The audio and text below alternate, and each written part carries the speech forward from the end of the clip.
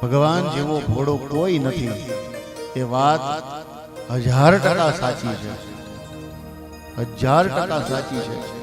કેમ કે આ જગતની અંદર જો કોઈને રાજી કરી શકાય ને તો એ ભગવાન જ છે.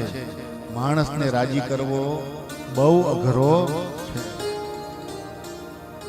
બહુ અઘરો છે. ભગવાન જલ્દી રીઝી જાય, માણસ એટલો જલ્દી રીઝતો નથી.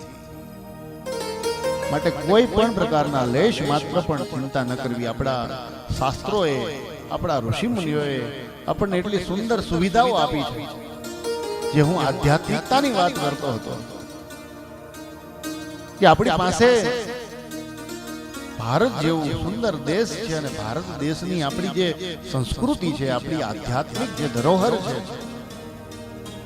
એ ધરોહર પ્રમાણે જો આપણું જીવન જીવવામાં આવે તો ક્યાંક ને ક્યાંક આપણને શાંતિ પ્રાપ્ત થાય.